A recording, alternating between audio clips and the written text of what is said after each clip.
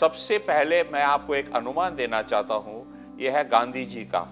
गांधी जी जब महात्मा गांधी वकील बनने गए थे साउथ अफ्रीका, वो अपनी स्टडीज़ कर ही रहे थे, तो एक दिन उन्होंने सोचा चलो क्यों ना एक पिक्चर देखता हूँ। तो पिक्चर देखने के लिए वो कतार में खड़े थे, और जब भी उनकी बारी आती थी कोई ना कोई साउथ अफ्रीकन जानबूझ के उनके सामने खड़े हो जाते थे और उनको टिकट लेने से रोक देते थे। मतलब 3-4 खड़े हो जाते थे, फिर उनकी बारी आती थी, फिर कोई ना कोई खड़ा हो जाता था।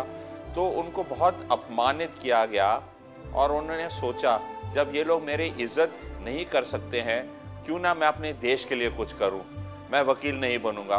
उन्होंने अपने मतलब ड्रीम जो उनका सपना था वो उन्होंने छोड़ दिया और पूरे देश के लिए उन्होंने सोचा कि इन लोगों से देश को मुक्त किया जाए जो हमको इज्जत नहीं करते हैं। उन दिनों में अब्रॉड, यूके, साउथ अफ्रीका, बहुत कंट्रीज़ में, यूरोपियन कंट्रीज़ में dogs and Indians not allowed, हर एक रेस्टोरेंट्स के सामने, मतलब हमको कुत्ते की बराबरी की जाती थी। सो दोस्तों, जब हमको कुछ भी इज्जत नहीं मिल रही थी, तब उन्होंने ये निर्णय लिया कि मैं इंडिया वापस जाऊंगा, मैं वकील नहीं बनूंगा, और इंडिया पहुंच गए और उन्होंने क्विट इंडिया मूवमेंट शुरू किया। सो ये एक ऐतिहासिक सच है दोस्तों कि जब हमको अपनी इज्जत चाहिए तो हमको दूसरों की इज्जत के लिए भी हमको सोचना चाहिए।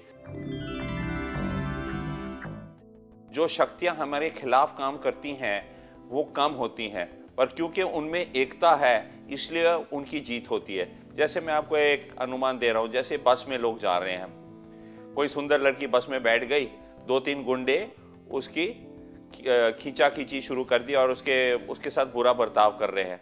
बाकी लोग दिल में अच्छे हैं और वो 3 ही हैं, बाकी लोग 27 या 28 हों बस में, हो सकता है 40-50 भी हो, सब चुप बैठे हुए हैं, कुछ भी नहीं कर रहे हैं। तो दोस्तों, अगर हमारे सामने कुछ गलत हो रहा है और उसके खिलाफ में हम अपनी आवाज़ नहीं बढ़ाएं और कुछ ना एक्शन ना लें, तो जाहिर है कि वो बुराई को जड़ मिल जाएगी और जड़ से और भी वही लोग, गुंडे जिनको किसी ने नहीं रोका, आगे जाके कुछ और भी भयानक चीज कर सकते हैं।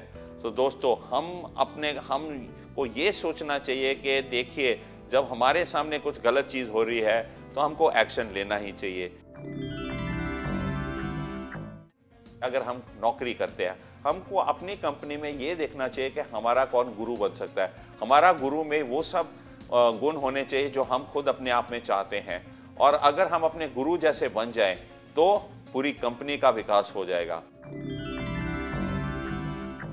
स्कूलों में और कॉलेजों में एक ग्रीन ट्री रेवोल्यूशन होनी चाहिए। हर एक स्कूल में, हर एक कॉलेज में बच्चों को पौधे दिए जाने चाहिए गवर्नमेंट की तरफ से, और स्कूल की अथॉरिटीज़ की तरफ से उनको खरीदना चाहिए, और एक एक पौधा भी अगर रोपा जाए, आगे जाके हम लोग का बरसात का समस्या हल हो सकता है 10 साल के बाद, 15 साल के बाद, जब वो पौधे बड़े हो जाएंगे। ऐसी छोटी छोटी चीज़ें बहुत ज़्यादा ज़रूरी है हमारे लिए। तो दोस्तों, सबकी सोच, एक जब बदलाव, थोड़ी सी बदलाव आ जाए हमारे सोच में, एक आदमी के सोच में पूरे देश के सोच में बदलाव आ सकती है और प्रगति आ सकती है।